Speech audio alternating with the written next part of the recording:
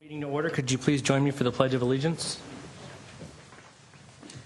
To the flag of the United States of America and to the republic for which it stands, one nation, under God, indivisible, with liberty and justice for all. Can I please have a roll call?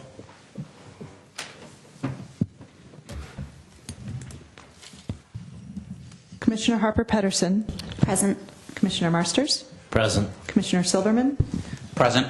Vice Chair Bergman. Present. Chair Gutierrez. Present. Public comment. Public comment is limited to items not on the agenda. The Commission may briefly respond to statements made or questions posed as allowed by the Brown Act. However, the Commission's general policy is to refer items to staff for attention or have a matter placed on a future Commission's agenda for more comprehensive action or report. Is there anybody to speak on an item that's not on the agenda for today?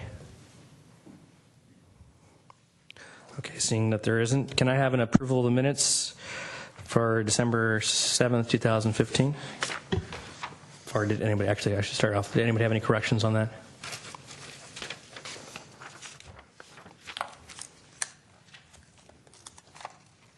Move approval. Second.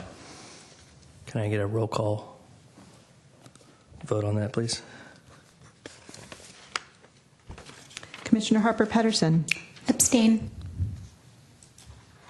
Commissioner Marsters. Yes. Commissioner Silverman. A. Vice Chair Bergman. Yes. Chair Gutierrez. Yes. New business, 596 Club Drive, APN 049391-100, consideration of a request to grant an extension of time for filing a final parcel map. Thank you and good evening. I'm Laura Russell with the Planning Division. As you may recall, the Planning Commission approved a project at the site in December 2013. It included a tentative parcel map to subdivide an existing lot into 2 new lots, as well as a grading and dirt haul certificate and design review of 2 new houses. The project is actively under review at this time. It is in plan check, and they have recently applied for their final map with the Engineering Division. Since that process is not complete, they have requested an extension of time to complete their final map. The proposed extension is shown in the draft revised tentative map certificate that's attached to your staff report. All of the other conditions of approval are the same from the 2013 approval, as well as all of the other entitlements are also still in place, and all of their conditions are still in place. So staff recommends approval of the time extension to January 2nd, 2017, as allowed by the municipal code. I'd be happy to answer any questions that you might have, and the applicant's representative is here as well if you have any questions for them. Thank you. Does anybody have a question for Laura right now? Nope. Any questions of the applicant? Nope. No, it seems pretty straightforward. Any comments from anyone else? Okay. Straightforward. And through the chair, the motion is provided on page 3 of the staff report. Go ahead and make that. Unless anybody had any objections. Okay. I move that the Planning Commission approve the request of Mr. William Pashalensky to extend the deadline for the recordation of the final map for the project at 596 Club Drive, APN 049-391-100 for a period of 12 months with an expiration date of January 2nd, 2017, as shown on the revised tentative map certificate. Before there's a second, why is it January 2nd? I mean, the expiration was December 15th, and today's February 1st, so why do we pick January 2nd? We're going from the effective date of the original approval. So there's the day that it's approved, and then there's an appeal period, and there were holidays within there, so the effective date turned out to be January 2nd. Second. Can I have a roll call vote? Commissioner Harper Pedersen. Yes. Commissioner Marsters. Yes. Commissioner Silverman. A. Vice Chair Bergman. Abstain. And Chair Gutierrez. Yes. Okay, moving along. Public hearing. Procedure for public hearing. Staff will present a report on the history, physical features, etc. on the application, followed with the staff's recommendation. The applicant will make a presentation. Thereafter, interested members of the community may speak on the proposal. When all interested parties have had an opportunity to be heard, the hearing will be closed and no further discussion from the floor can be held. The commission will then consider the evidence and make its recommendation. If you challenge a public hearing item in court, you may be limited to raising only those issues you or someone else raised at the public hearing described in this notice, the public notice, or in a written correspondence delivered to the city at or prior to the public hearing.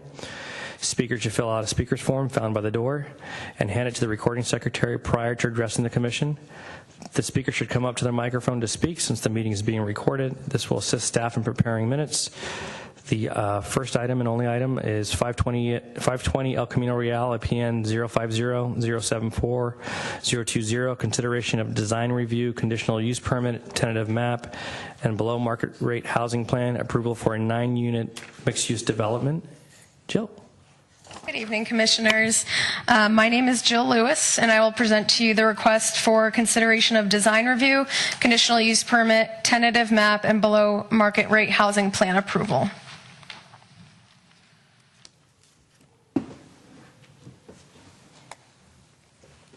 The subject site is zoned MUD, mixed use downtown, and has a corresponding general plan land use designation of mixed use medium density, both of which allow up to 50 dwelling units per acre.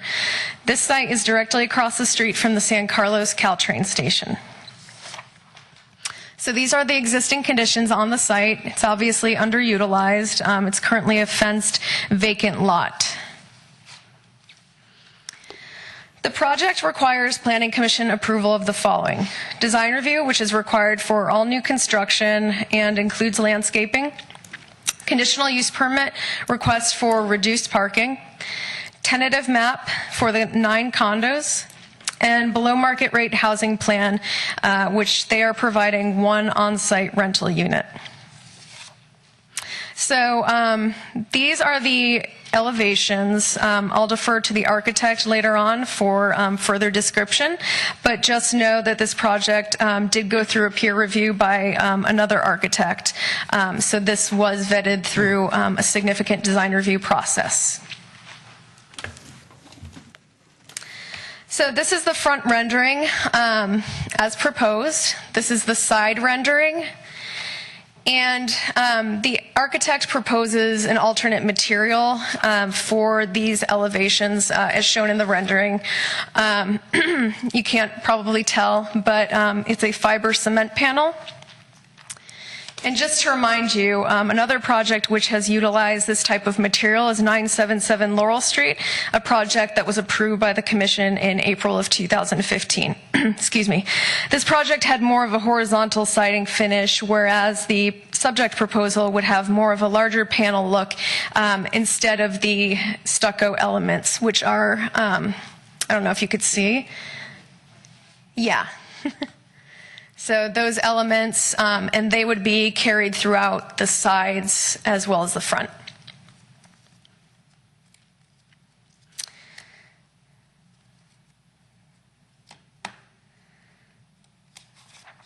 So I'll defer to the landscape architect, but the requirement is that 15% of the site must be landscaped, which they are just meeting. They are proposing at grade planters and 2nd and 3rd story balconies and open space and landscaping. The conditional use permit request is for reduced parking. They are proposing 11 spaces for 9 units where 14 spaces would be required. The provision of 1 on-site BMR unit affordable to a very low-income household can be allowed limited reduction in parking standards. So 520 El Camino Real, 11 parking spaces are provided where there are 14 required. Mix of 2 and 3 bedroom units, 9 units. To remind you of another project that you previously approved in July of 2015 is 530 Walnut. 10 parking spaces were provided where 17 were required. It was a mix of studios and 1 bedroom units, and there was also a 3 bedroom penthouse. So this shows on Google Maps, This shows on Google Maps the distance from the subject site, 520 El Camino Real, to the San Carlos Caltrain station. It is a 0.1 mile distance, so a tenth of a mile, and according to Google Maps, it takes 3 minutes walking time. 530 Walnut represents a 0.2 of a mile walk from the Caltrain station and a 5-minute walk. So the proposed reduced parking involves proposed unbundling parking, which means that the developer can lease spaces separate from the units. In addition, they propose a 50% subsidy of monthly Caltrain passes to all residents for a 5-year period. Also, the characteristics of the neighborhood and location should be factored in, as well as the significant amount of bike parking. Other requested entitlements are approval of a below-market rate housing plan and a tentative map. The applicant has chosen to provide the below-market rate below-market unit for rent versus sale. Since only one unit is proposed, it must be provided for and restricted to occupation by a very low-income household. The rental unit proposed is a 2-bedroom unit and measures 930 square feet in area, which is comparable to both the unit mix and size. The unit is located in the front of the structure on the 2nd floor. In exchange for providing the city with a valuable rental unit, the applicant proposes to reduce the amount of required parking on site and shall be allowed limited reductions in the parking requirements related to any dwelling units, which I touched on previously. The applicant has also submitted an application for a vesting tentative map to subdivide the property into 9 for-sale condo units. One of those 9 will be a rental unit, but is still treated as though it were a separate unit. Staff requested the applicant perform their own outreach to property owners within a 300-foot radius of the property's boundaries prior to the application submittal. Approximately 25 neighbors were notified of the project, and 1 response was received from the property owner of 567 to 569 Laurel Street. The property owner, who is the business owner as well, discusses his concerns with parking overall. His last comment pertains to the design of the building and how he does not believe it fits in with the architecture already established on El Camino Real. The public notice from the city was mailed on January 21st, 2016 to the same 300-foot radius that was noticed previously and was published in a local newspaper on January 22nd, 2016. Staff received general inquiries from the same individual who expressed concern over the lack of parking provided as stated previously. So this is the formal motion. I'm available for any questions you may have for staff. I'd like to also defer to the project architect, the landscape architect, and Hexagon, who prepared both the parking memo and TDM plan. I'm sorry, when did you say was the meeting that we approved the 10 parking spaces where 17 was required? It was July 21st, 2015. It was the 530 Walnut project. So we didn't meet on July 21st, 2015. It was the second meeting in July. July 20th? Yes. And what was the project? 530 Walnut? It's not in the minutes. 530 Walnut didn't I think occur till late part of last year. I'm sorry, I just wanted to look at the minutes. Can you guys tell me when it actually was? We can get that information for you. Thanks. I have another question for Jill. Well, Sorry, I didn't mean to put you on the spot. I didn't know you were going to mention that. With the concern about the view and the shade, correct? I'm sorry, can you repeat the question? 530 Walnut, the one having to do with shade, or That was 545 Walnut, which was appealed to the council all right, so it's earlier not this the same. year. Very recent, And they yeah. upheld the Planning Commission's decision for approval. 530 probably was in October, November, maybe. Oh, this is the one that, okay, I remember. Right, across the street. 530 is across the street, and we have It was a different staff. zoning district, right? Yes, Okay. exactly. And staff is going to provide a copy of the minutes Okay, if you great. wish to Thank see you. them. And through the chair, the reason staff wanted to provide some context in association with the request being made tonight is because the only other project I believe that has come through with a parking reduction that is provided for, the provision is for within the code was 530 Walnut. So it just provides a frame of reference for the commission. And isn't it what, since it's proximity to the transit, it's what, a 20% reduction? Is there plus one more for BMR? Is that how we came to the number? How did we? With this project or Yeah, with the this 530? project. Okay. Yes, it was, as Gary Black from Hexagon could explain better than I can, it would allow up to a 20% reduction, possibly more, just the unbundling of parking and the, The transit passes. yes, thank you. Well, except that this project isn't subject to the TDM. So it's a theoretical, philosophical point, I think. Right? And through the chair, the request for a parking reduction stems from two provisions that are within the code.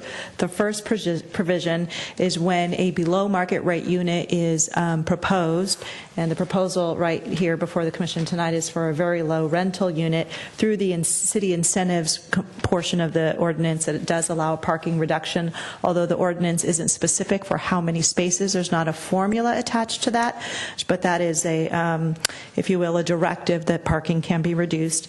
And the second component of the request is a provision of the code that allows through a conditional use permit a parking reduction, provided that, parking analysis has been completed and the commission can make the findings. And we can walk the commission through some of those findings. And that is the reason why Hexagon was involved, was to take a closer look at what was being proposed, look at the trips being generated, and come up with a framework to provide some solid information as to how the parking could be reduced for this project, which is by 3 spaces. Does our code make a distinction between rental versus sale versus ownership, or is it just below market? This is an unusual situation where it's a for sale and a rental BMR.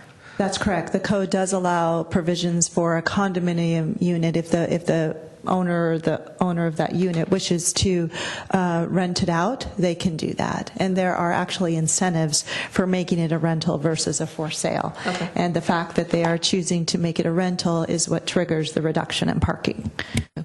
Thank you. I am a little curious. So then who would actually own the unit? The developer owns the unit? Well, the condos would be for sale, and I believe, well, maybe the developer can respond to that question in terms of who would actually own the rental unit that would be available for the low-income individual or family. So, Jill, I have one question about the BMR unit. So typically you're required to have one BMR unit every 7 units of a project. This has 10? 10? It has 9. It has 9? Yep. What happens with the other 2? Do they pay an in lieu fee for the other 2? I don't know. So you after 7, you're required to have up to 7. So say you do 6, you pay an in lieu fee as a percentage of what that is for 6 units. When you hit 7, you have to provide that unit. What about 8 and 9? Do they pay the in lieu fee for the 8th and the 9th unit? You can pay the in lieu fee. Okay. It can be a mix of providing the unit and then paying the in lieu fee. I guess my question is that part of this? So will there be an in lieu fee for units 8 and 9?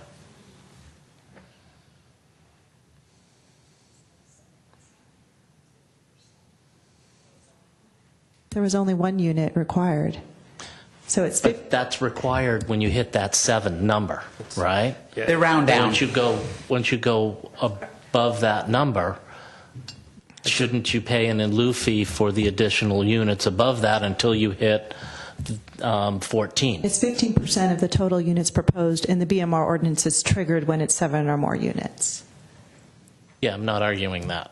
They What I'm just saying, round down. though, is what? They just round down. They don't- just round down. So nothing. So Nothing if you happens after put 7 until it hits 13 units in, you don't pay anything for those additional units. Well, then they would. 13.5. Oh, you're having us do math on the spot. What's going on here? Let's see. It seems to me that the in lieu fee was supposed to kick in I know for what the your question is. additional units beyond the 7. How about we get back to you on that? I'll open up the ordinance and make sure that I provide you with the correct response. Okay. But it's my understanding we do round down, and I'll look into that partial fee component that you raised. Okay. We'll get back to you on that. Thank you. Great. Usually we don't have too many questions for staff when they first go around. Is there a presentation from the architect or the applicant?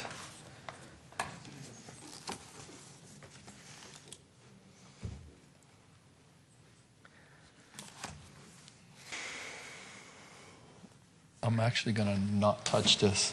Safer. Good evening. My name is Mehrdad Javaharian. I am one of the owners and sponsors of this project. I wanted to take a minute, actually, while Jill is up here, to first recognize and thank the planning, the building, and other departments within the city that have been involved on this project and have made significant and provided significant assistance throughout the life cycle of this project. Clearly, without their contributions, we wouldn't be here at this stage. We are a local family-owned development company, and our goal has been to build well-designed and well-built projects that respect the urban context and really make contributions to the local community. Having grown up on the peninsula, lived here for over 35 years. My very first job in high school was here in San Carlos.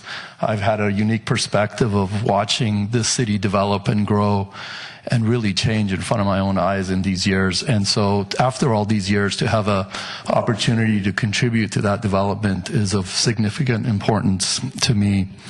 Tonight, here with me is our architect, Mr. Moshe Dinar, together with our landscape architect and our transportation consultant, here to respond to any questions and comments that you may have.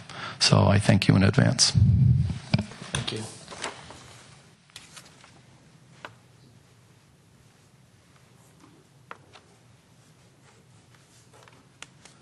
Members of the Commission, can you hear me? Yeah. My name is Moshe Dinar. I'm the architect, and I also want to reiterate my sincere thanks to the Planning Department and also to Building for all the help they've given us. There are 4 or 5 main points that govern our design on this project. The first one was whether we make a 4-story or a 3-story building.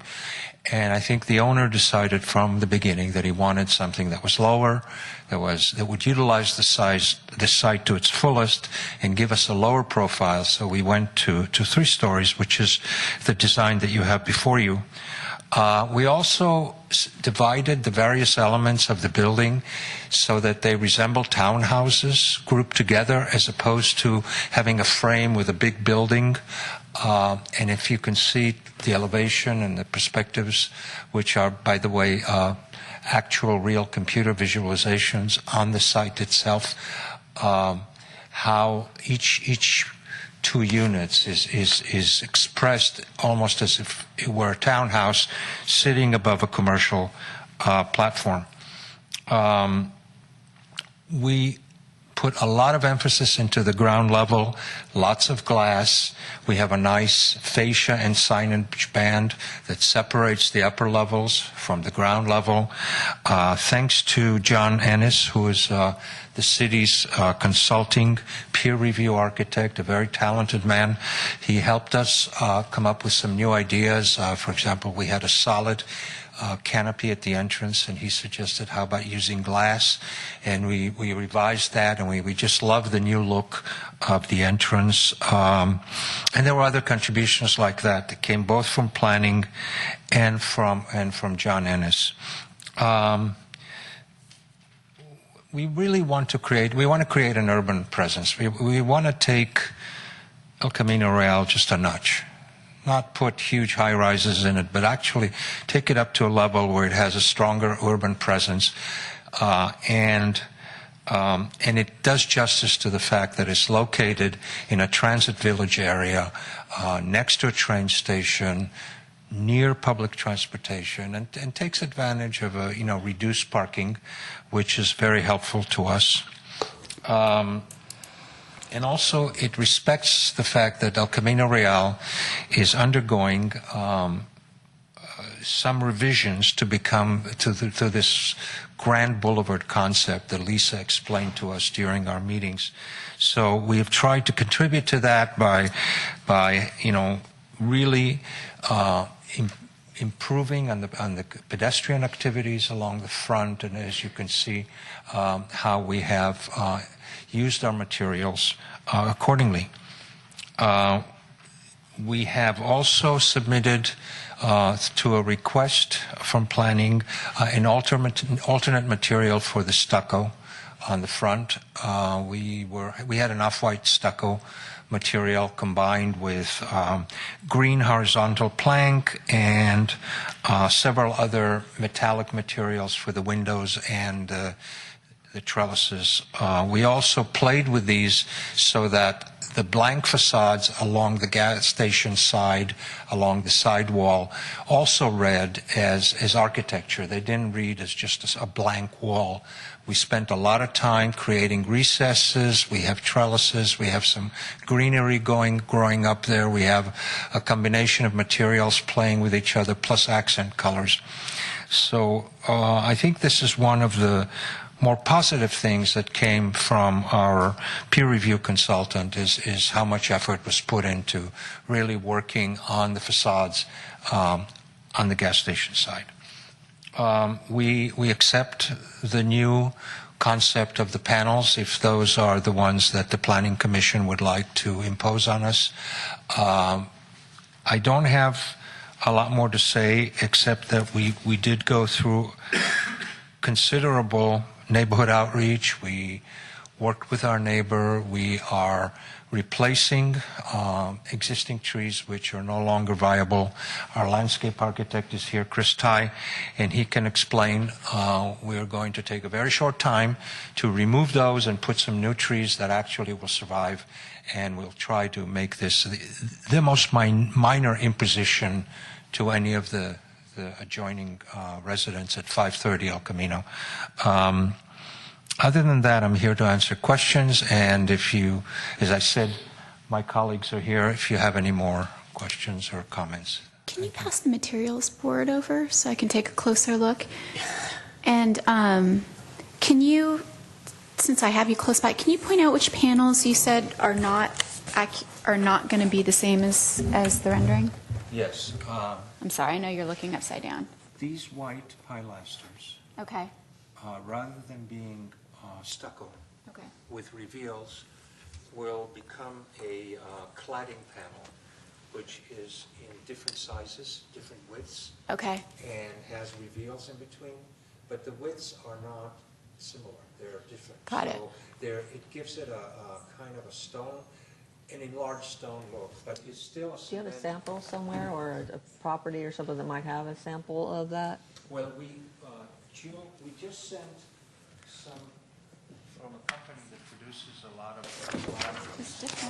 That's yeah. What you're looking here, this one, the horizontal is the cement plank which we're using in green. These yellow ones that's one architect's way of using that material. We are proposing to use it in a slightly different way, with more of a vertical, because we want to emphasize the verticality like it was a townhouse, rather than a building that's horizontal and takes up the entire site. So this is what we're trying to achieve by not using the stucco, which was our original material. This will be a more expensive product, but it was requested, and we're moving ahead with that, provided you approve it. Is the color green on this board the color that it's going to be Or is it going to be the color green in the renderings that we have? You know, this is the bane of my existence as an architect. I select a color, Yeah. and I get the chip, and I give it to my computer renderer, and he draws it in, and then I print it, and it always comes out a little bit different. Yeah. This is a lot different. This is a lot different. It is going to be a little bit more yellow and a little bit more of a yellow-green. I just want to make sure that it's going to be muted, because what I see in here is in the pictures that we have are like neon green, and it's, to me, really ugly. Yeah, I would like to say that you might have the printing that we sent the first time around, which might have was a printing error, and it might be the neon green. The color is... Is it this one here? It's that intensity, but just slightly more yellow. That's it. And we can certainly make that color available. We'll have planning come in and review it on the site to make sure that it's not day glow. It will not be, I can assure you. There was a printing error problem with the files, and it could be that the drawing you're looking at has that one. It's closer to this color. Mr. Chairman, may I suggest something? Staff, too, has that same concern, and what we'd like to do is the condition in there or not? Okay. We may have a condition in there already, but what we like to do is have the applicant paint a little bit of the building, have the planners come out and look at it to see if it's appropriate or not.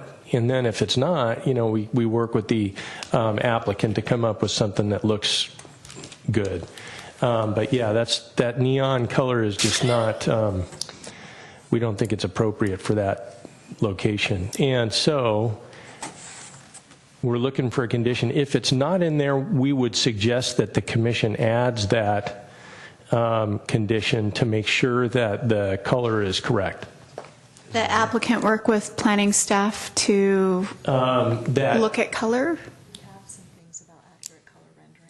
Yeah, in number 27, in condition number 27, we talk about accurate colors, but we didn't go as far as to say the applicant shall paint a portion of the building, and that shall be checked by city planning staff prior to application of all the paint so that we can check it out. So we'd like you to, if you agree, we would like the commission to consider modifying that condition to make it a little more, a little stronger. Thank you very much, and we definitely agree with that. We do it always. We paint a large swatch on the building, and we do not paint the rest of the building until we get planning approval. Just one quick question on the, if we can go back to the rendering. There was a slide. Do you have a rendering from the other side? No, we have an elevation. Okay. So we don't know what it looks like on the other side. Well, we have an There's a row of we have an trees elevation. Well, the reason why I'm asking is the rendering itself shows a shadow. So the question is, did you guys do a shadow study? No, we did not do a shadow study. Your own rendering shows a pretty distinctive shadow over the 530. The rendering shows a shadow over 5. So the you mean first- this rendering here? Yeah.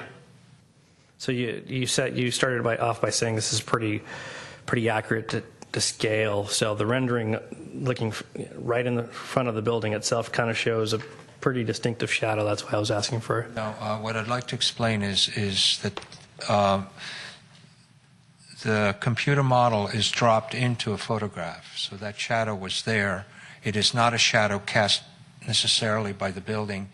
The shadow was there in the photograph prior to, so it is not necessarily indicative of the shadow cast on 530. But a shadow study would probably Well, that's one of the clarify reasons. There will be a shadow because it's a 3-story building, as opposed to right now there's nothing. There's just these trees that cast shadow on themselves and on the that driveway is shadowy because it has tall trees that have been there for a long time but are not doing very well, as Chris will attest. But that's why the species was changed to a tree that will work in that situation. Okay. So one other question. I read in the comments from the individual who had some issues with parking. The comment was that this building doesn't fit with any of the other buildings around it. Right. And so how would you address that? Well, I would address it by saying that it does fit. It does fit because, for one thing, El Camino Real is a major, major boulevard. It's probably one of the longest and biggest residential commercial streets anywhere in California that I know of. It deserves building there at least 3 stories high. The fact that it currently has small 1-story shops and maybe once in a while a little 2-story, that does not mean that that needs to be replicated. It will be an underuse, and really it kind of disrespects what this boulevard really is.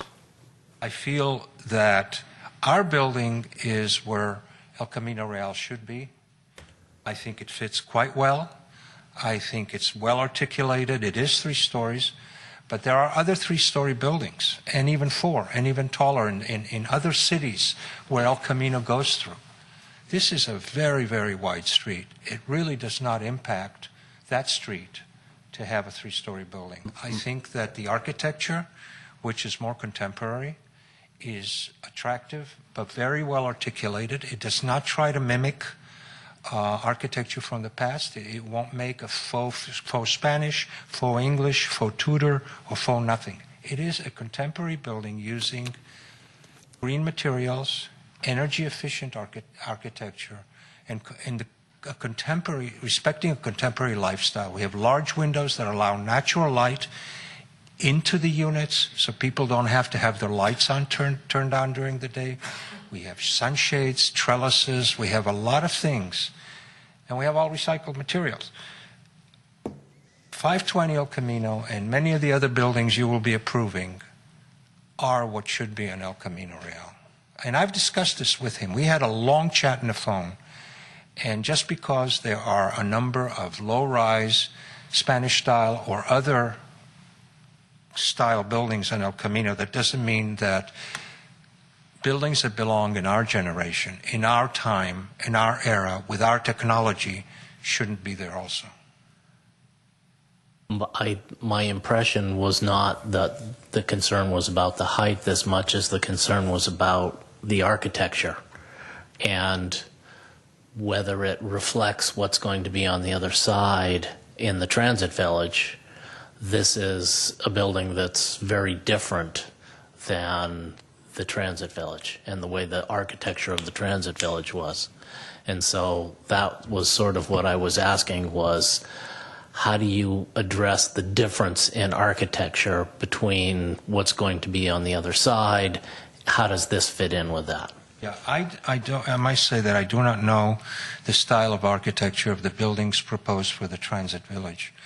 But there have been numerous transit villages, and I've worked on many of them.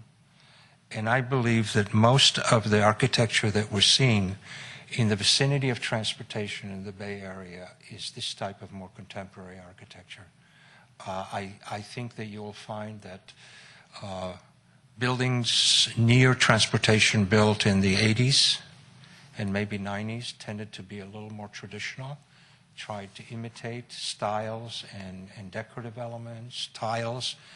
But I believe that the fact that we are looking at an energy-conscious architecture, that we're looking at the future and that we're looking at making things more efficient, that this type of architecture will be closer to what you're going to see from other architects, not just myself, but other architects, including our peer review consultant, John Ennis, who is doing some very large housing not too far from here in Redwood City.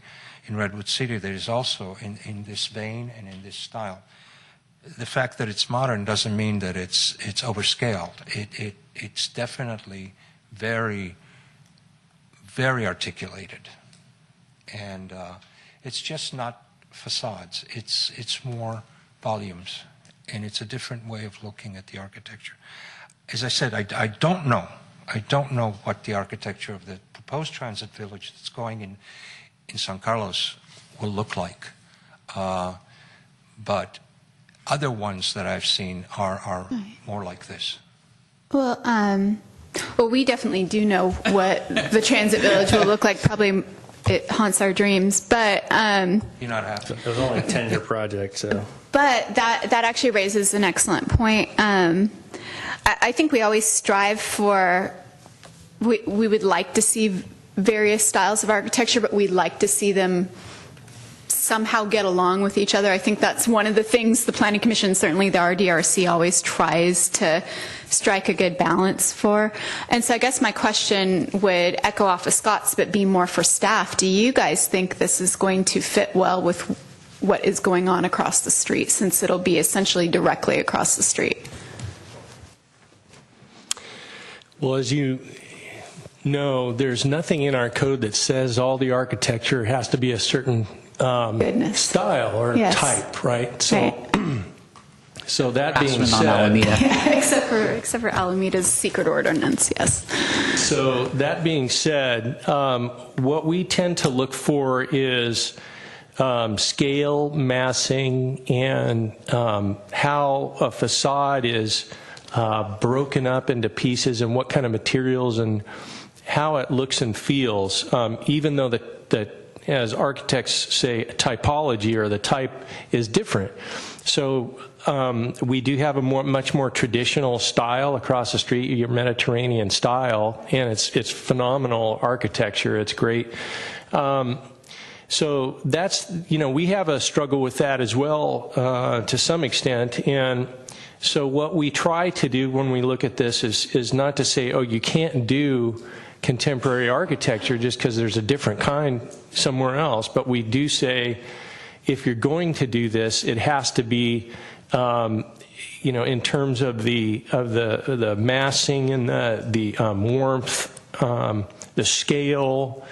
It has to be of the same quality, and it has to fit into the general character of the community. I would say that if you do look at El Camino all the way down the rest of the street, we don't have any one type of architectural style, and a lot of it is very boxy and plain over the years.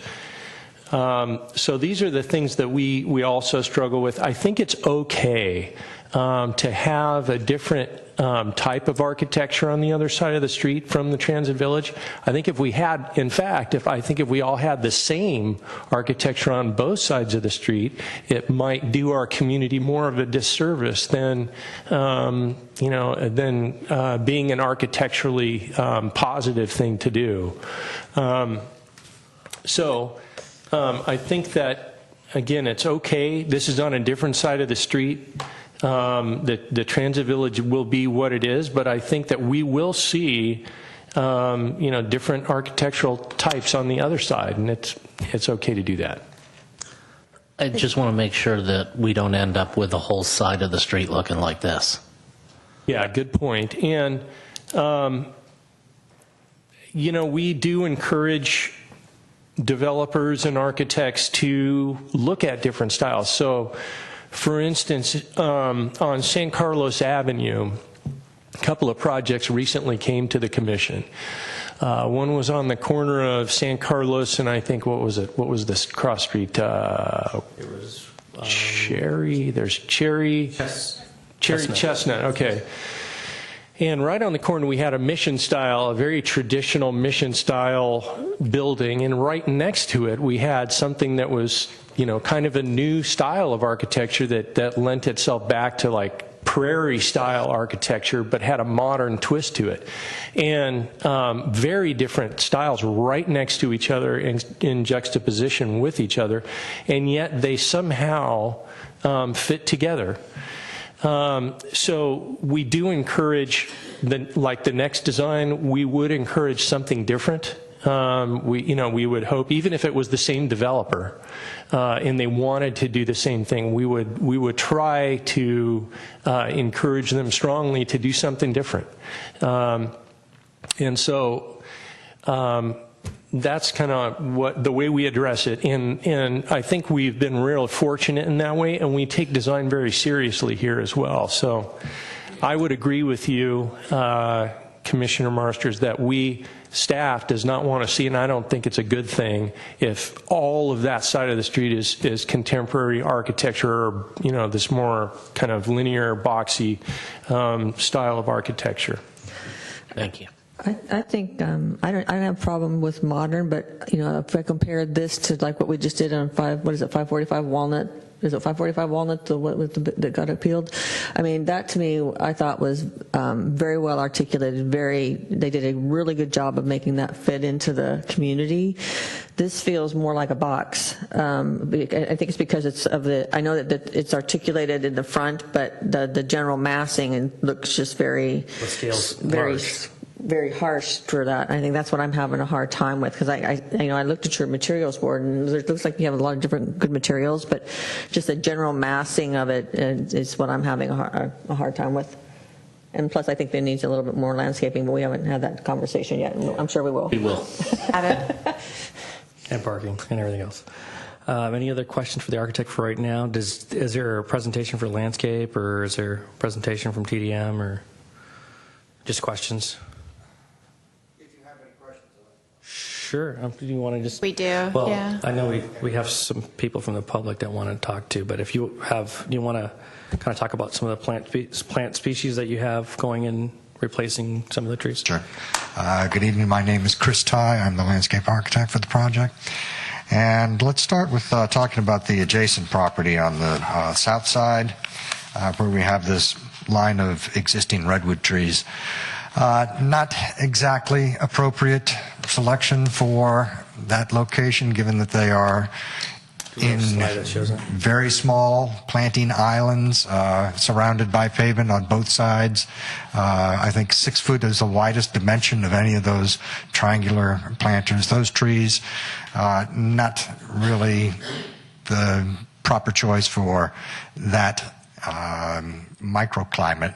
And just by nature of the new construction that we will be creating on our side of the property line, it would just damage those trees beyond whatever chance they would have to survive. So we are proposing and have negotiated with the property owner next door to replace those with more suitable, smaller scale trees, Spartan junipers that will be 3 to 5 feet in diameter and columnar, 15 to 20 feet tall. Very dramatic statement along that line of the building. So it'll break up the facade of that side wall. There will also be shrub planting, ground cover planting in those islands as well. We had a difficult time reaching the 15% requirement for total landscaping on the 15% of the total project area. But we managed to do so with planting on the decks of the rear dwelling units and in the open space courtyards on the 2nd and 3rd floor, as well as planting and the street frontage. Most of that is, as particularly the street frontage, is low level, so as not to conflict with the facade of the building. They are small spaces, and we don't really have the opportunity for very large species of plants. So we have a combination of perennials, annuals, and evergreen plants, including kangaroo paw and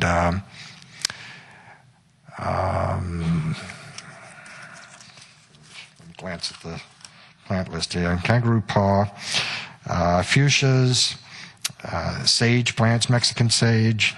It's a wide variety of plants, most of which are flowering and which will have a succession of flowering times. And certainly with an eye to minimizing water use. So as much low water use or very moderate water use as possible. All will be drip irrigated. Do you have any questions in particular that I can address. Approximately, I didn't see it in the arborist report, but how many, there was 7 trees, is that correct, or 9 trees? On the property line side? Yeah, like 1, 2, 3, 4, 5, 6, 9. 9 to be removed. Of the 9, 7 were in fair condition. 2 of them were in bad condition, correct? I have not looked at the arborist report in some time, so I'm not really prepared to say it. Kind of a rhetorical question, actually. Yeah. And how tall do you think the trees are right now? I mean, I have no idea. Existing trees? The existing trees, yeah. Could we have that, the rendering again? That shows the existing trees.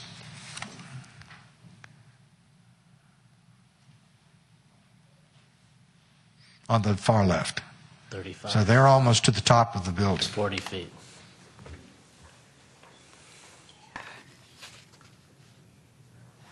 So 35 as opposed to... Well, yes, that's, 20 max. given the size of these trees, right on the property line, this is the problem. They are right on the property line, a matter of inches away, or a couple of feet. And we simply couldn't build to the extent that we have and protect those trees. We would be taking away half the root zone, half the canopy. So here's my question for you. The junipers are only going to get 15, 20 feet tall. They're essentially, I don't know, 2 feet around at most, maybe 3 to 5 feet. Maybe 3 to 5 feet. Is there a different alternative there that would give a greater canopy without impacting the building? Not in the minimal space that we have on the adjacent property. Because of the existing parking lot there, we are limited to the size of the islands that are existing. We can't really put in new trees anywhere but in the center of those islands. And their canopy has to be limited, or would be limited, by the presence of our new building wall at the property line. So we really need to go with something that's going to be columnar. Perhaps we could do some type of a tree with a greater canopy, but it would mean having half a tree, really, and pruning it such that the half of the canopy that would be on our side of the property line is not there.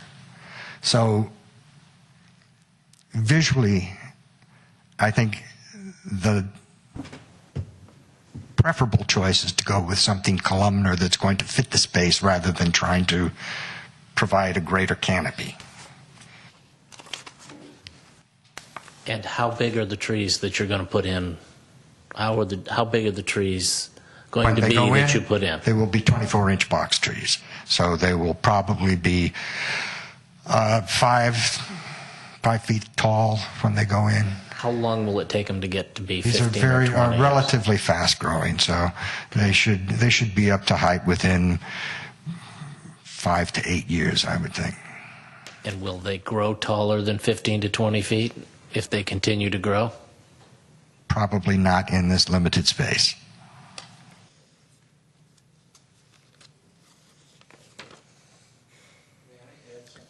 Sure. Mm-hmm. I think we have to understand that clearly we don't own the adjoining property. Somebody who owned that property a long time ago picked the wrong size trees and planted them extremely close to the property line, making it impossible for somebody else to come and build on their property. It's not a very wide property. If we had a lot of room, we could set back and let those trees flourish, even though our arborist was adamant that these trees do not belong in this climate, and he recommended replacing them the first time he went there, and he's been in the area for many, many years. He's quite knowledgeable. I am very sorry that somebody picked the wrong trees a long time ago, but this really impacts our client's ability to utilize that urban property properly. There are if you read the zoning ordinance, it's clear. These are no side yards required in this kind of situation. And in order to be able to utilize the site properly, we have to replace those trees. We are replacing them at our own cost. We are replacing them with, I think, what Chris has selected is the right tree. It may not grow as tall as these, but its purpose was not to provide a shadow canopy. That's not what an urban tree is supposed to do. These trees, as they are virtually 50% on our property. Imagine that you're trying to renovate your house and you can't do it because your neighbor's got an apple tree that's 50% over on your side and he won't let you cut it. Well, we worked very hard with our neighbor and they agreed. They themselves agreed they wanted those trees replaced. So I think this was a very good solution and it works for both sides. This is not a tree preservation situation. This is a situation where one property owner in the past created a situation that would not allow another property owner in the future to utilize his own property properly. So given the fact that all of those trees are right on the property line, half the tree is on our site, we can't come in there and just slice them in half. We have to do something. We have to replace them. And it's something that we struggled with for a very long time. We don't like to eliminate trees, but we had to. And I think it's very important that we understand that these new trees, I think they will work well, they will look good, and at least they will survive. These are not surviving. I actually have a question, not about that side.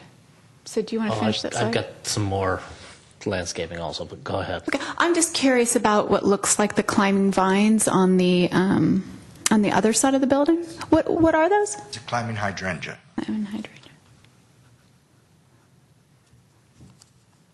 Okay. Thank you. If I may go back to what Moshe had said, and thank you, Moshe. Those excellent points there. I think the primary point to consider and remember is that there is no side yard requirement for this property, and we are looking at a side yard situation here where we are building to the allowable line of the new building and providing a vegetative statement along that line that's appropriate for that wall that's only facing a neighbor. It's not like we're talking about the street frontage or even the rear property frontage. But it's an answer to a situation that's created on the other side of the line. And I was just asking if there were other alternatives, okay? I wasn't saying that that there were other alternatives. You're the landscape architect, right? You're the expert on the planting. And so my question was simply, are there other alternatives that might have a canopy or other alternatives for trees, other species of that juniper, for example, that might grow to 30 or 40 feet?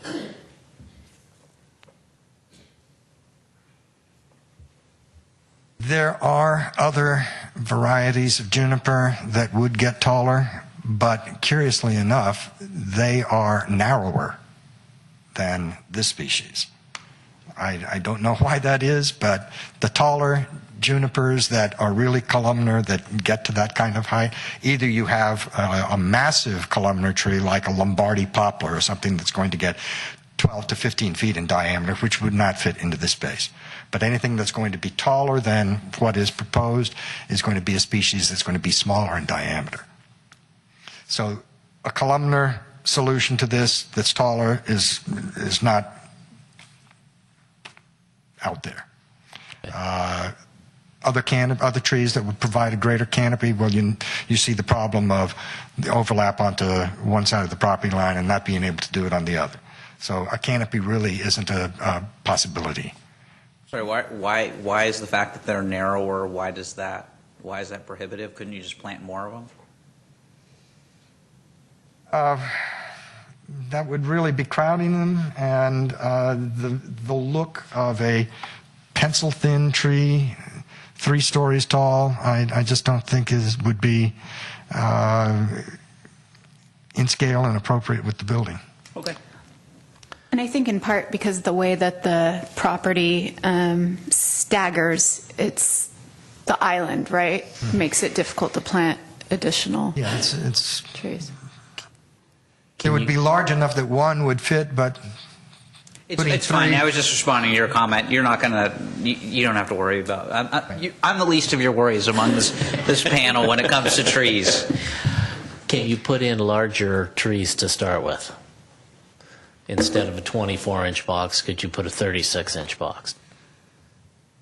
we possibly could, but in my experience, when you plant a larger container, you have more difficulty getting that plant to acclimate to a restricted situation. In fact, a smaller plant within a very short matter of time is going to outpace a larger plant that goes in initially, particularly given a restricted situation like these small planters.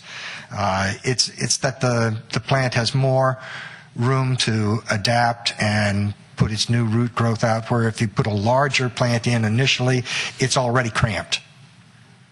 And we don't have any opportunity to excavate and amend the soil beyond the curbs of our planters, so we are just bound by this size of area that we have to work with. Okay. How about the trees out front?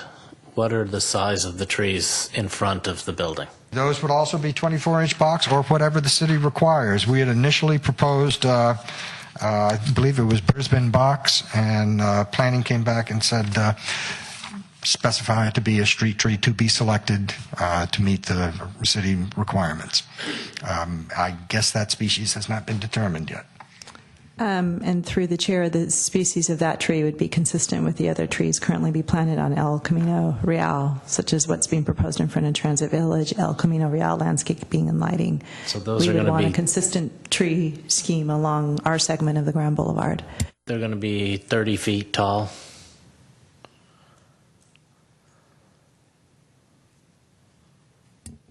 I can't recall the exact height, but I know the species is the Zelkova.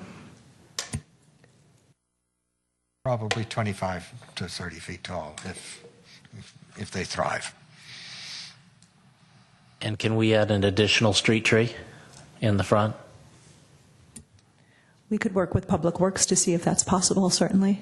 Okay.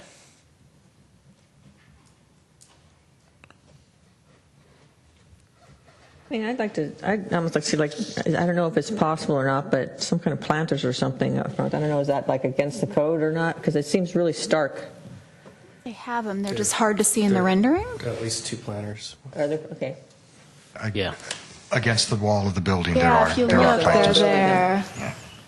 Right, I see those, right? But I'm Yeah. just, And there's another one at each corner. Yes. And So I see at least 4. that's why I was looking for an additional street tree there. It looks kind of like empty in the front yeah, there. it does. And having a third tree in there might make a difference. The planter boxes in the back on the second and third floor, how deep are those? I mean, how wide are they? Is there a rendering of that too? It said 31 plus 12, and I wasn't sure is it 12 inches deep, 31 inches wide. Do you have the landscape drawings in your package? Sheet L1 under the photographs shows dimensions for the planters. L1, so I got that. Typically, they're 30 inches wide And 30 inches and tall. 30 inches tall. Okay. Some are smaller. So they're good, and you're going to put plants in those, Yes. and the landscaping is for the life of the project. Yes. as part of the CCNRs? Okay. So as plants die, they will be replaced? Absolutely. Okay. I think that's all I had for landscaping. Thanks, sir. Thank you. Thank you. I don't really have any other questions until we hear public comment. Public comment, okay. We can go right into, does anybody else have any questions? We can go public comment. Okay, I've got two speaker forms. The first speaker is, the last name is Liu Mingxi, is that it? Thank you. You can come up to the podium. Good evening, Commissioners. My name is Mingxi Liu. I'm representing the property and business owner of the Shell gas station next door. And we have met the applicant, the developers, a couple of times, and we voiced our concerns that as the neighbor, that we do have issues with the solid walls on that side of the property line. And we see some changes on the selection of the colors and materials on that. I guess that's one of the issues we have. And the second thing is the parking that is something that we really concern as the neighbor on that side of the street. And that's a gas station, and obviously people in and out without gates. And the reduction of that parking requirement for this development project is really going to make it very hard for us to keep control of the parking situation for our business. And that's the second issue we have. And the third is that we felt during our meeting that this building, by nature, it's at the turn of the street that is going to be to show what it's about, San Carlos. And we do have a little concern, as myself as an architect, that the turn of the building, and this is more look like the back of a building on that side of the rendering to us. And we did suggest that maybe the top story could be set back a little bit in the front and wrap around the building and make it more interesting for that corner, at least. And we do also have a little issue with the rendering or expression of the drawings at the parking lot, at the parking garage at the back.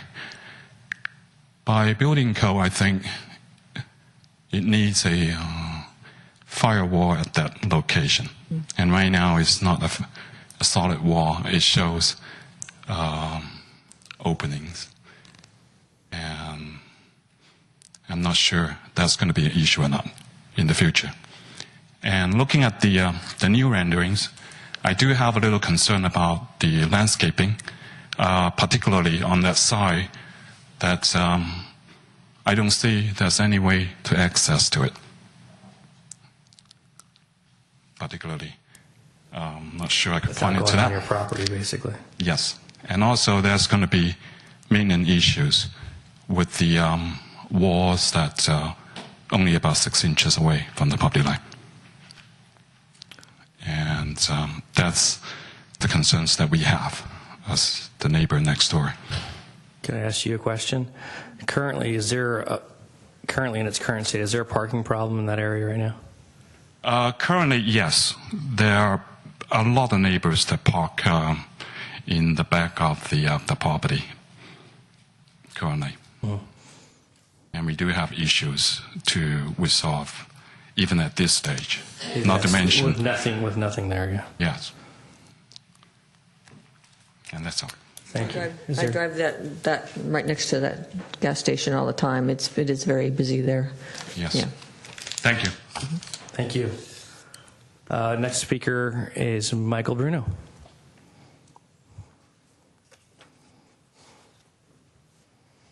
Good evening. Good evening. I'm Michael Bruno. I'm also the author of the letter in your packet.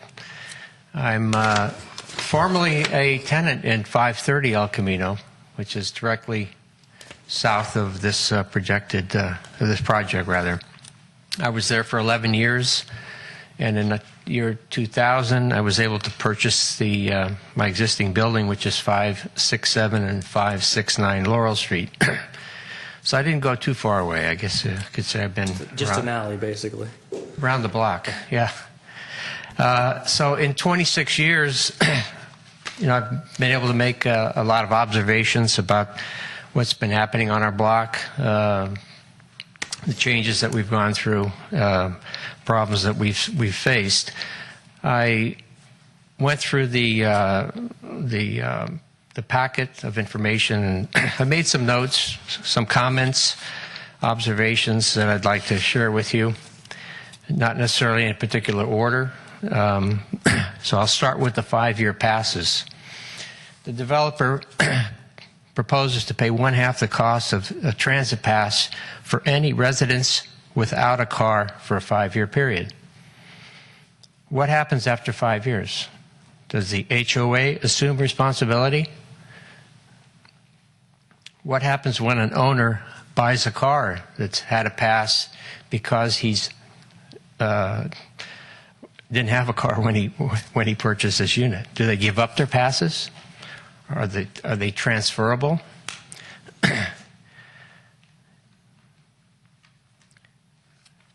And then what if you have someone that let's see. If you have a carless owner that doesn't have, well, let me back up. The developers are, I guess, according to the packet, they're going to lease the parking spaces on site. Are they going to own those separately from the HOA, as many of them do, like in San Francisco? If so, would they be able to sell them to someone else, to a third party? Who controls that?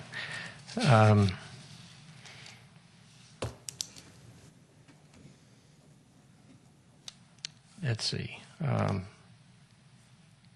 If the spaces are not leased to the project owners, could they be leased to outside third parties?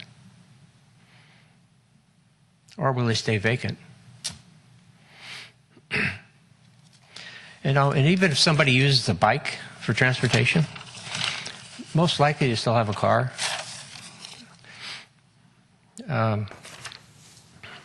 The below market rental unit.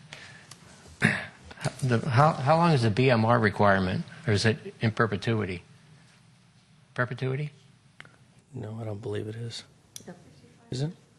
The BMR unit is in perpetuity. It's what? It's a requirement, so it would be in perpetuity. Yeah.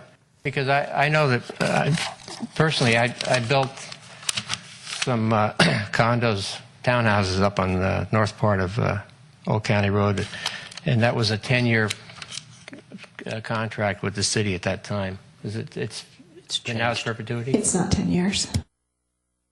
It's forever.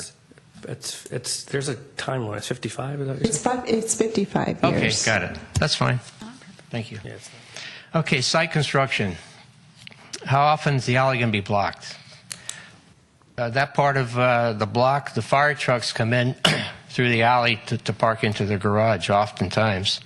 Are they going to be able to continue doing that? Where are the construction workers going to park? There's no room around there specifically to park. Are they going to have a designated parking area on-site or off-site? I don't see it being on-site because the site area is so small. Otherwise, they're going to be parking on the street. And there's a, as the gentleman before me said, there's a problem with parking, and always has been in that area.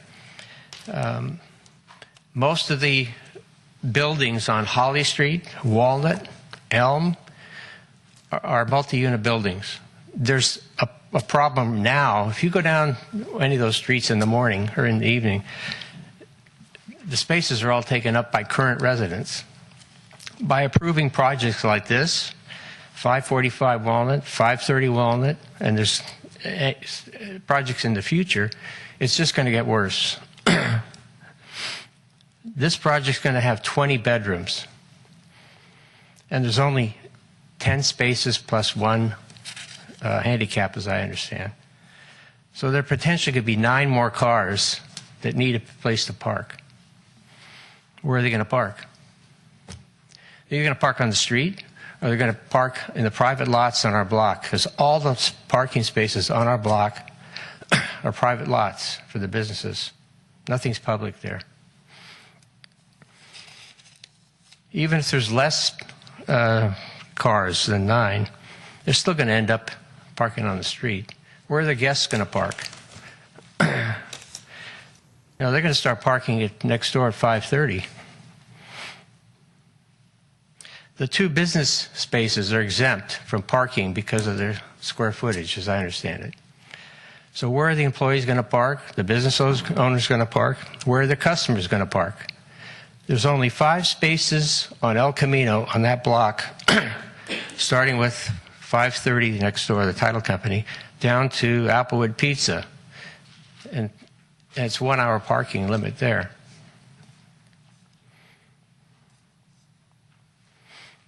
And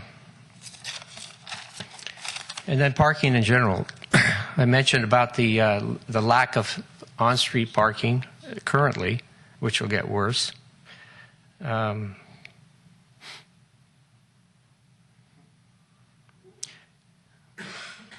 We also have a problem on our block with parking by patrons of the local restaurants and businesses.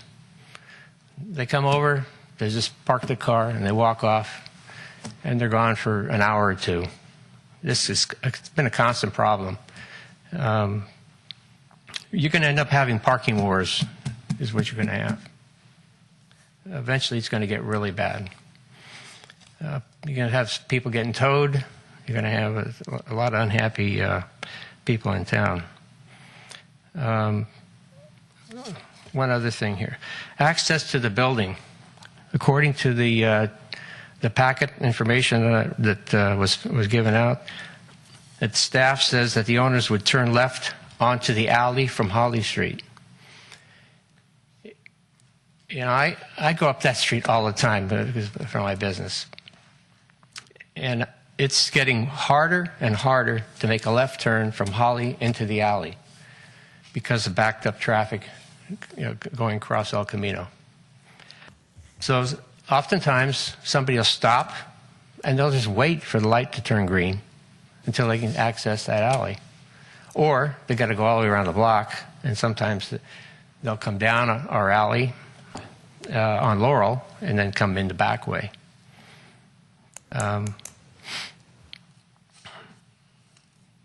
What I think they should do, and I mentioned it in my letter in the packet, is stripe the street on Holly, do not block, to allow access. That's the only way it's going to help prevent that. That should either be paid for, well, it should be paid for by the developer, at least initially. And then I think maybe to keep costs down for the city, require that the HOA pay for restriping in future years.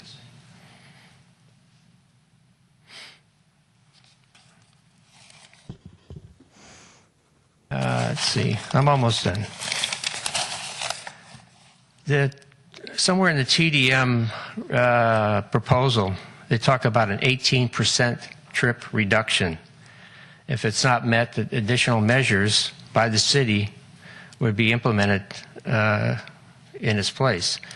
Is there a penalty for not reaching, for exceeding 18%? If not, what happens? And lastly, maybe the city should think about imposing a temporary moratorium on construction of projects of this type within the downtown area until it can figure out the parking issues. You could maybe require an increase in spaces. I mean, right now it's, I think, 1.5 per unit. Or, I mean, what do you do with half a space? You put a motorcycle in there? I mean, it's kind of silly. I think if you increase it 1 space for each bedroom, Of course, it's going to downsize the project's utility, but it's going to cut down, on parking on-street problems. Or you can look at reducing the density overall in projects. That's it. Thank you. Thank you, Mike.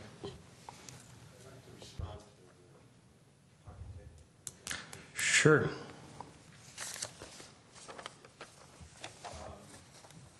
I'd like to say that we spent considerable amount of time meeting with the gas station owner, with Minx, and other people to resolve issues. I think we made a lot of building changes. We cut back walls. We did a lot of changes. And this was a genuine outreach. I know that they still have concerns, but I would like to address those concerns one by one. If there are people who park in their gas station without permission, this is their monitoring problem, not our building's problem. A building like this generates very few trips, and I can assure you that nobody from this building will be bootlegging a parking space someplace in the gas station. For one thing, there's no more space to park in the gas station because they have a big gas tank gas sale facility there that they have inherited. It's no longer legal, but it's there. They had to build a concrete block wall to make it a little bit safer for everybody around. But there's really no room for anybody to come in and steal a parking space. So I think that is not a fair and reasonable request. We tried to do as much as we can. They did want us to set back the top floor. At first they wanted us to set the bottom floor, which would have created a dark, space where no landscaping would grow. We tried to explain that we have a limited number of units, that these buildings are extremely expensive, and we can't make it work with less than 9 units. If we set back the side for the entire length of the property in order to give them a little bit of a setback, we will lose a minimum of 2, possibly 3 or 4 units. That makes the building unworkable. Now, what are we setting back from? Are we setting back from a park? From a monument? From a beautiful boulevard worth stepping back? No, we're stepping back from a gas station, which is a facility that eventually will disappear as less people drive, as more electrical cars come into place, as people take more public transportation. To make those kinds of gestures to a gas station, with all due respect to gas station owners, is not really sound planning. It's to the whole community, though, not just at the gas station. I think you're missing the point. We're not talking about a gas station. We're talking about the general consensus. The reason why I asked a question about the parking, because I know there's a parking problem there. That problem, logic would only allow you to the conclusion would be that a building with 9 additional units with 2 commercial spaces would add to that problem. Right. Especially requesting a reduction in parking. So there's a lot of logic in this, and that's here you have one building owner that just came up and did and basically answered that question. There is a parking problem there. You have another building owner right around the corner that basically said that it's been an ongoing problem. So while I get that the zoning does allow you to do certain things in the gist of the neighborhood and reaching out to people, there obviously is opposition to a building of that size there. So I appreciate your comments. I don't know if you want to make any more comments in regards to that, but the reality is that there's obviously a concern about parking, and you're asking for a reduction. We talked about the trees. Yes, the trees maybe were the wrong trees to be planted for the building next door. However, the trees were there before your development that you're asking for. So, it's the whole who came first. The zoning change has changed. The zoning guidelines have changed. So we have to look at all this stuff when we're trying to make this decision. But you have the building owner right next door basically saying there's a current problem, and he only sees a bigger problem. And he has every right, like everyone else, as a member of the public, to make a comment about that. So, and that's what we're here to kind of address.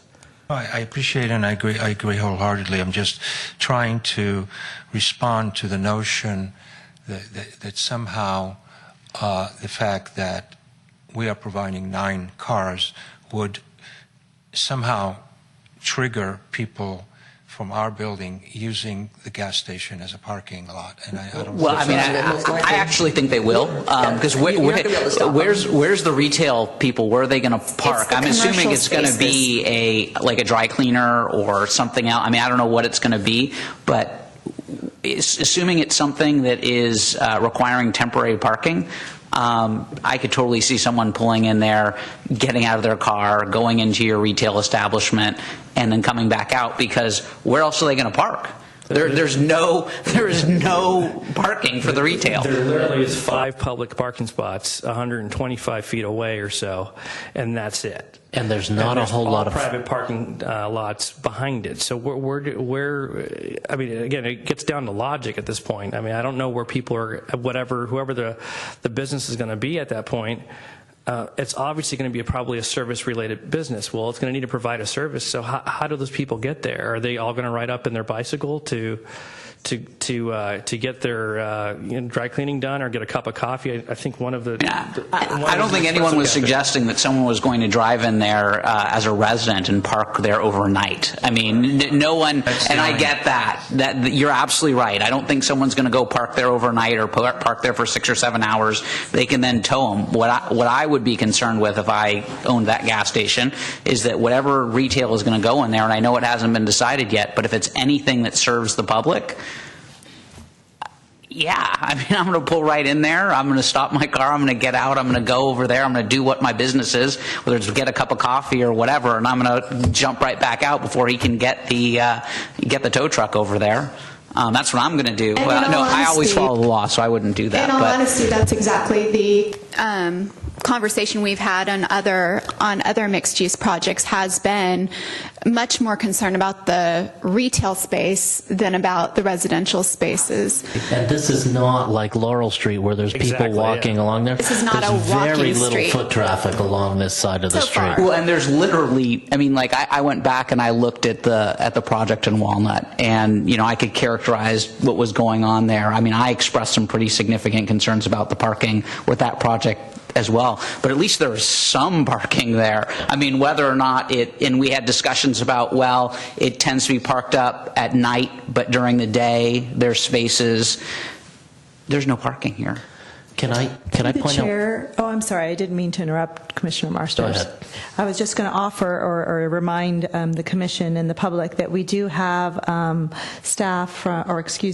consultants from Hexagon who's prepared a traffic study who might be able to provide some context in terms of what this project might generate in terms of additional trips, and provide some background around whether the number being requested, the reduction is 3 parking spaces being requested to be eliminated, kind of fits the analysis that's been done. I know there's a lot of conversation going on about that, but we do have the consultants here.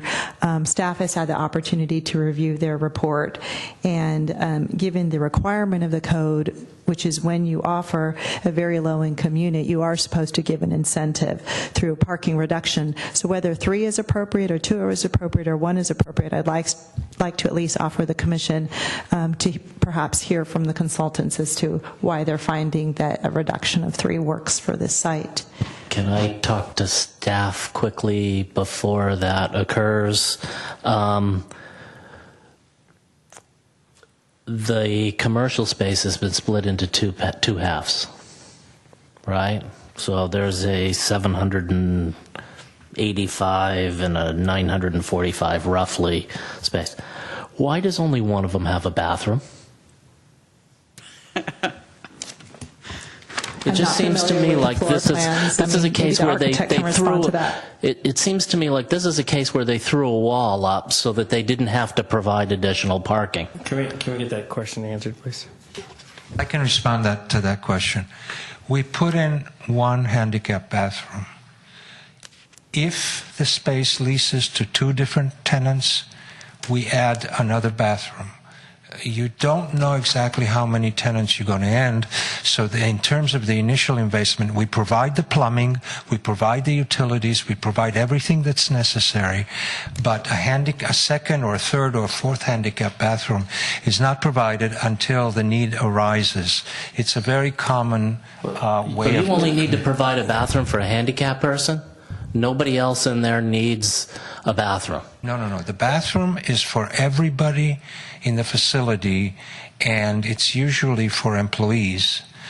But it has to be handicap because it's ADA. If you get two tenants, then you will need to provide a second bathroom, or you need to provide access to that bathroom from the other store. Well, you can only have two You tenants. can only in this have one. two tenants. This is what bothers me. This seems to me to be an attempt to try and get the reduction in parking simply by throwing up a wall. If you knew there had to be two tenants, why are there not two bathrooms?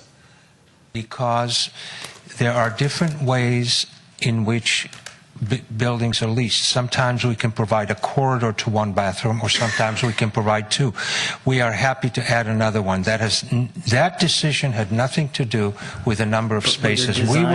We were informed that by providing in a below market rate unit that we could benefit from a reduction in parking, and that was the way the application is required. If you feel that more parking is required, we can do that at the expense of the commercial space. I mean, we are here to find a solution, not to avoid doing anything for the law.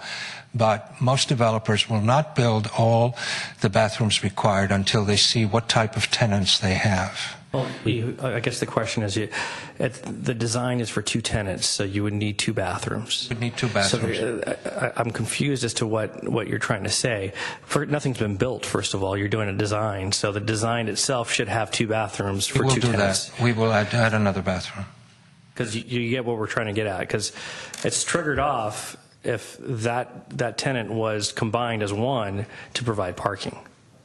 Yeah, that's correct. But there is also a 50 or even more chance that one person will take. This is happening to a building we're building right now. And then, unfortunately, so what we end up doing usually to make sure that doesn't happen is we actually write it in the approval that you are not allowed to break that. You are not allowed to combine that because other things start to trigger off. You can't come before us and say, this is a 2-unit commercial space, and then say, well, we might end up having one commercial tenant because other things are triggered by that. We are absolutely in agreement, and we'll be more than happy to add another handicap bathroom to the plan. Yeah, thank you. Can I ask staff a quick question? Where is the closest public parking lot to this property? Well, right now? Seriously, or right when the now. Transit Village is built? So the Transit Village would That's not public, give that's us private. some nighttime parking, That's the problem. correct? Everything there is Well, not now, Right. not when it's built. 'Cause, I'm talking yeah. in theory. So right now, what is the closest public parking lot? That would be Wheeler Plaza. And then with the transit center parking proposal, according to their schedule that I think was presented to the commission just recently, they're hoping to be done by August. And I believe that would add an additional 100 spaces, approximately. Evening But spaces. those are way down. Okay. Those are down near Arroyo. Beyond St. Carlos Avenue. Those are Down near Cherry. Arroyo. Those are super far away. Got it. A third of a mile, but walkable. Okay. That was just a quick question before Hexacon. I'm sorry. I know we were talking about bringing them up. Yeah. Hexagon. Aren't you excited? Good evening, Gary Black with Hexagon Transportation Consultants, and we did the TDM plan for the project and also a letter analyzing the parking, and we were discussing implementation of the city requirements that allow for a 20% reduction in parking with the TDM plan, and so we were demonstrating that if the TDM plan is implemented, then the project would comply with the city's zoning ordinance and be eligible for a 20% parking reduction. With 10 units or more. Well, yeah, we were just extending that logic to 9 units, even though the ordinance says it's supposed to be for 10 units. And through the chair for clarification, under the conditional use permit provision to establish a parking reduction, it does allow a certain set of factors to be taken into consideration. One is proximity to transit, one is preparation of a TDM plan, and I think there's a third. Maybe Jill, you have it off the top of your head, but it's what? And a parking study. Right, so all of those factors considered help staff kind of evaluate the information and determine if the findings could be made and are appropriate, and a parking reduction would be appropriate in this context. So I believe that's what Mr. Black has evaluated. So our study was fairly limited in that regard, just an assessment of whether this project meets the spirit of the zoning ordinance. I will say just editorially that if you're going to have a parking reduction anywhere in town, then this is the best place to put it, because you're right across the street from the Caltrain station. You're right on El Camino, and it's an easy walk from this location to all the services that are in downtown San Carlos. So I'm just throwing that out there for I don't think consideration. anyone is going to quibble with that. Where's the retail going to park? Yeah, it's not the residents. Yeah, typically, and we would have to think this through in this particular project, but typically the mixed-use projects that we work on, the retail and the residential share the parking, because the residential parking is usually available during the day when the retail stores need it, because people leave to go to work and there's empty parking places sitting there.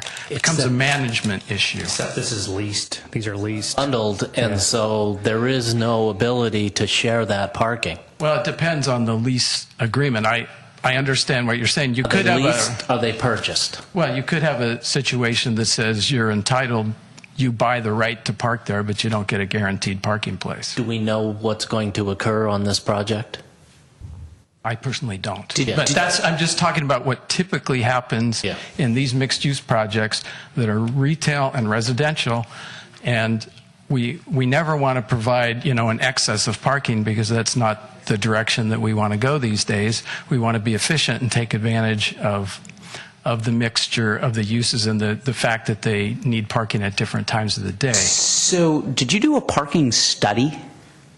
Well, all we did was we did the TDM plan, and the measures have been discussed. I see that. Tonight. I see your TDM plan, and then I see your letter. We wrote a letter that said, you have a TDM plan, the city has an ordinance, these two things go together, therefore the spirit of the ordinance is that you can get a 20% reduction. We did not measure how many parking spaces were available around the site or this sort of thing. Parking study, is that a term of art in your in your world? Is there something that we refer to as a parking study? There are lots of different parking studies. So if you said, would you please do a parking study, then I would need to flesh that out with you of, well, what are you exactly wanting to know? Are you wanting to know how many parking spaces are available within a certain radius, how many cars are parked in them, what time of day, and that Would sort you of call thing. what you did in this case with respect to this building a parking study? No. Okay. So I think we're kind of done. Thank you. Yeah. I mean, because it's required, right? A parking study is actually required in order to approve the conditional use permit. Well, conditional use permit for reduction. No, there's nothing. A traffic study? Well, that would. That's a transportation demand management plan, I think. That's the transportation demand management plan, where we had numbers in there of trips, because that's part of the requirement of the TDM is that reduces trips, so you have to know how many trips you're starting with. So we did an analysis of the trips.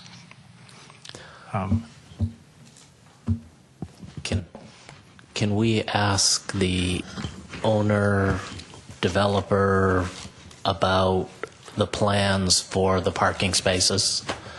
They're going to be unbundled. Are they going to be leased, or are they going to be sold? It sounds to me like each unit is actually going to be sold except for the BMR unit. Are the parking spaces going to be sold, or is somebody I'm trying to grapple with. How do you foresee the parking going? How do you see the parking going? Well, first of all, our intent for the units are to rent them. We would like to reserve the right to sell them other than the BMR unit, which we've already established that they would be for rental. I would expect that some of the parking spaces would be, to the extent where those units are sold and the purchasers are interested in the parking spots, they would be sold with them. But otherwise, we would maintain ownership of the parking spaces and lease them. So they would be unbundled, as the proper term is, I believe.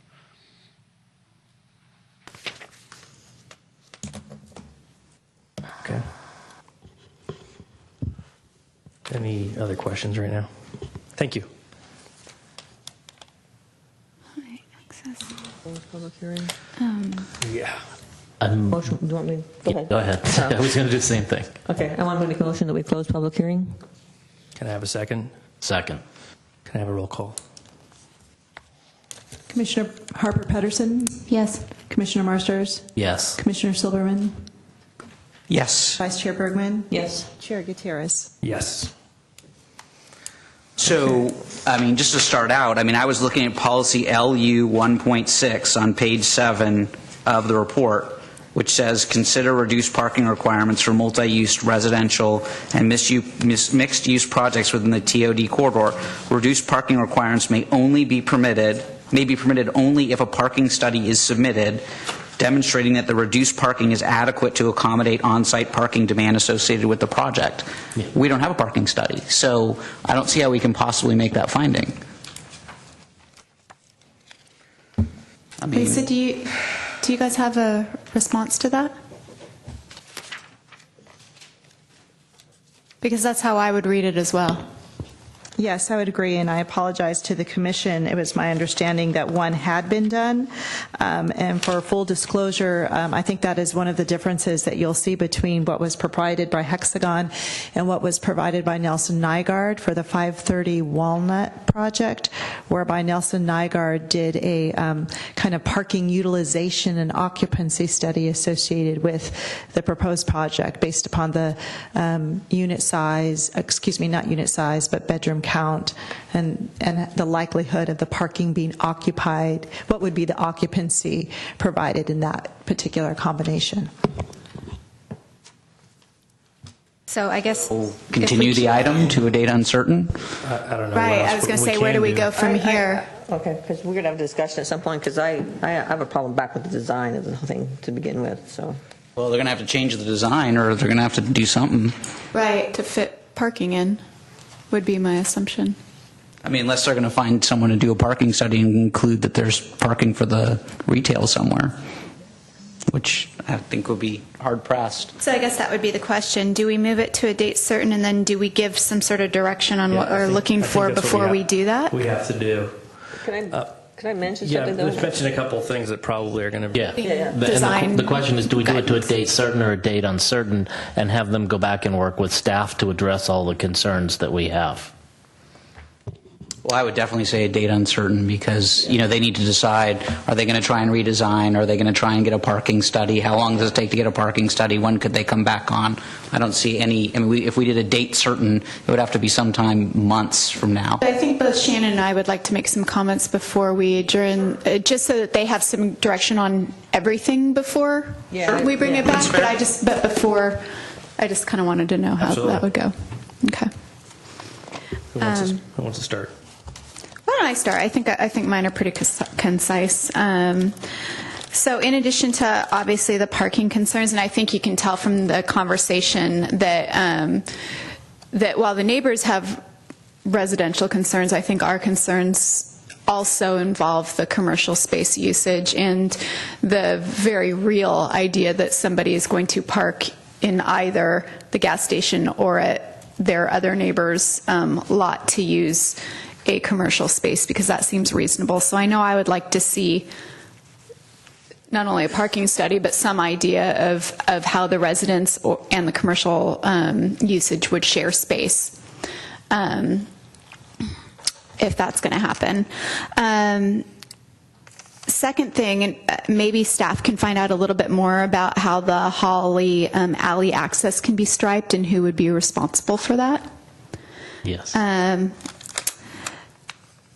Third is from a design point of view, I have to say, because it is the first 3-story building on that particular strip, I would have loved to have seen the 3rd story set back a bit as well, not for benefit of the gas station, really more for benefit of El Camino, and because the fact that it's essentially right on Holly. I can be convinced, but that was one of my initial responses when I first saw the plans. Those are my only comments at this point. Okay. So mine has to do with basically the massing as well. I mean, what is it? LUE got one says require all development to feature high quality design that enhances the visual character of San Carlos, and I really don't feel that this design does that. And to echo Commissioner Harper Pedersen's comments, it looks like a big block, and some setbacks of one of the top story would make a difference. This is our showcase. This is like right down in our transit area, and I don't think it upholds the aesthetic standards that we've set for the community, and the work that we went through with the developers of the transit village to articulate everything, and I would expect the same kind of massing change here. Just having one wall, and these are identical. They're identical. It's modular. It looks very modular to me, and not. I don't feel like it. Like I said, I don't feel like it enhances the high quality design of the community. So I would ask that you look at the design and at least look at setting back the top story to see if you can get something that's more broken up and aesthetically pleasing. David, do you have anything? Anything more? No, I think the architect did a nice job. I'm mostly concerned about parking. In all honesty, I want you to know I actually like modern design. It's more of a setback issue for me. And please not neon green, but the other green is very pretty. The issues that I would like to see addressed are the construction parking, and when will the alleyway be blocked? So I'd like to see a plan for where the construction vehicles are going to be parked and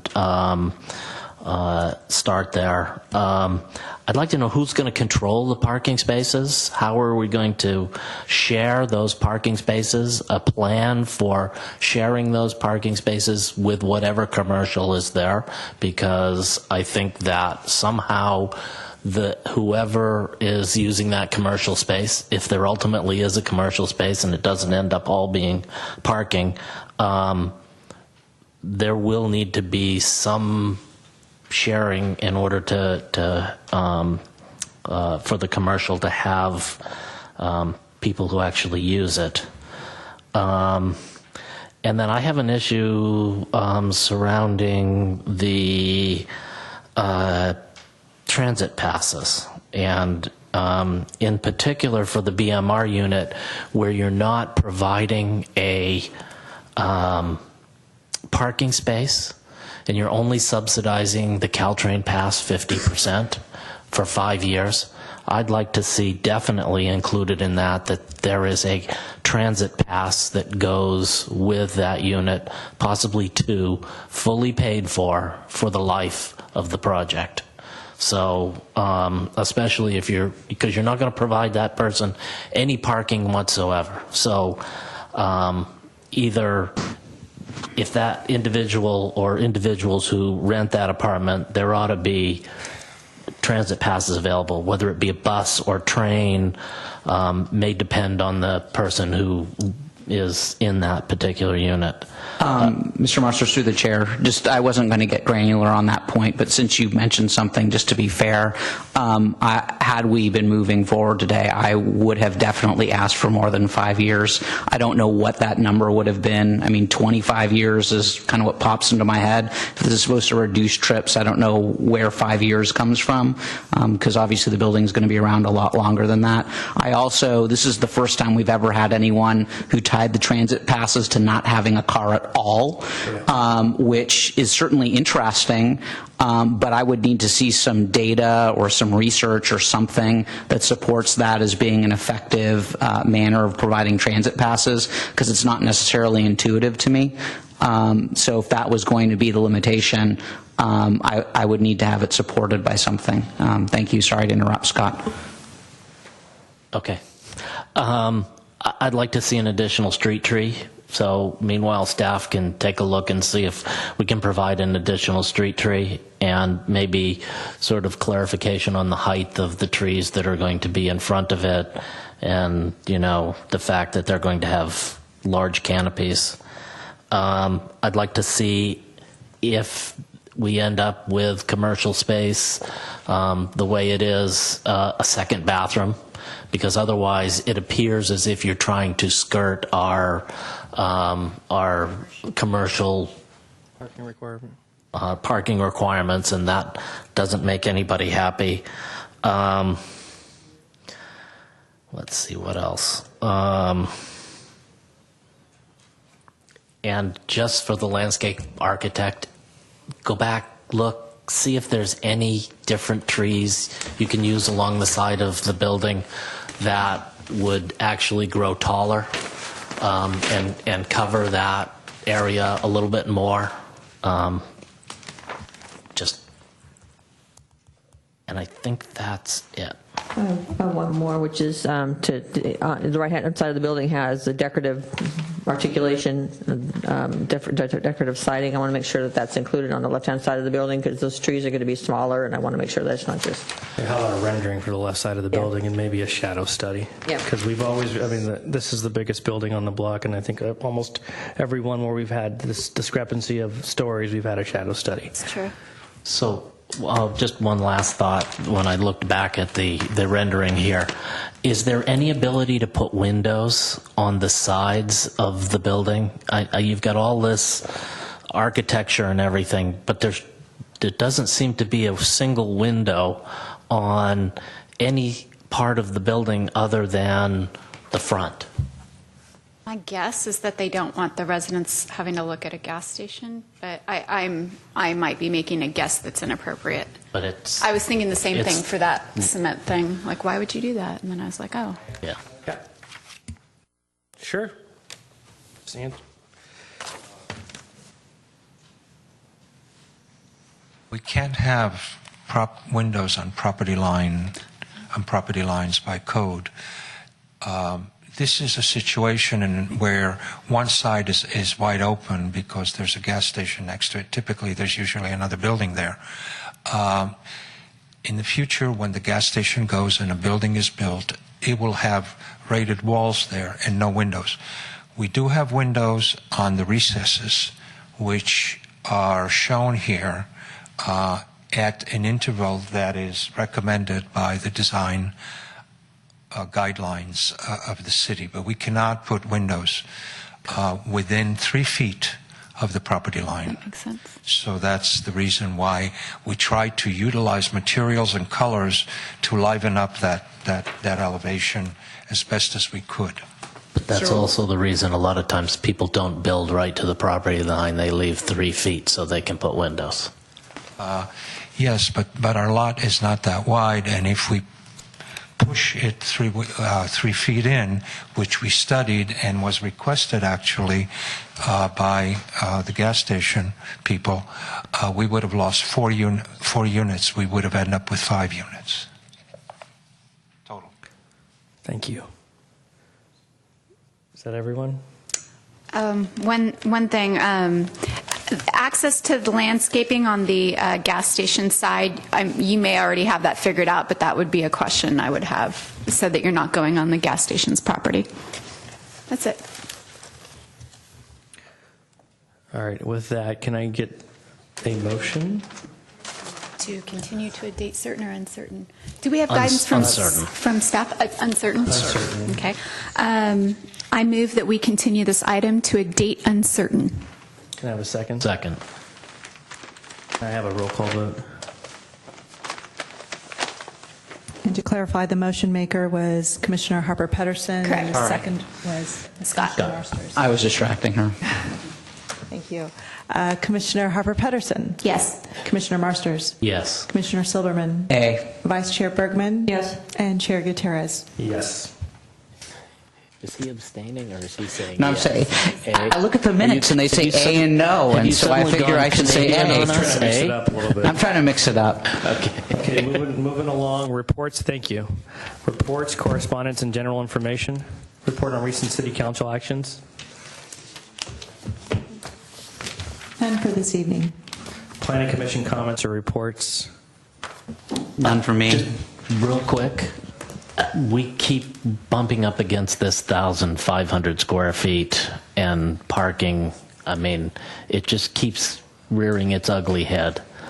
Is there some way we can make some modification to that, even a simple one that says if the aggregate total is more than 1,500, that you need to provide parking, or come up with a parking plan for the commercial? I just don't know how we get around this. We're going That's to bring just a this, comment for staff. Mr. Chairman and members of the commission, we will bring this issue to you, so you will have an opportunity to discuss changes. So we will bring an ordinance change to the commission in the next 2-3 months. We're working on that.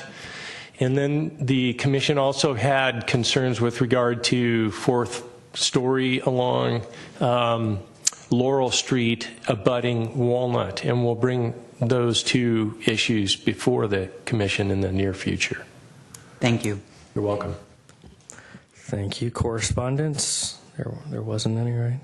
Planning staff comments, reports, and updates of current projects. I have just a quick update. The City Council did pass an urgency ordinance for franchise or chain store businesses in the downtown, and there's a 120-day urgency ordinance for these types of uses in our downtown, and we're crafting an ordinance for the commission's consideration, and then you would make a recommendation to our City Council. And because of the 120-day urgency ordinance, we're working pretty quickly, and we've had a number of meetings with various stakeholders in the community. And we believe that we will have this ready for the February 16th Planning Commission meeting. Okay. So just to give you a heads up on that. Great. Thank you. Any other, Lisa? No further updates. All right. Thank you. Meeting adjourned.